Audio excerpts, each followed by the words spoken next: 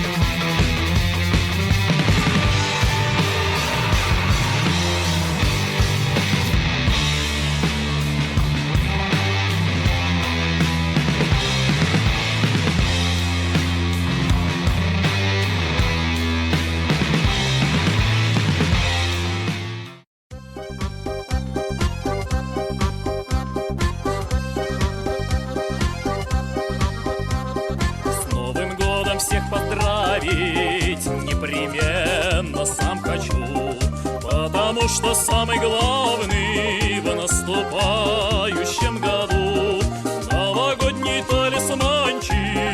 Это я, какая честь, я бычок хороший мальчик.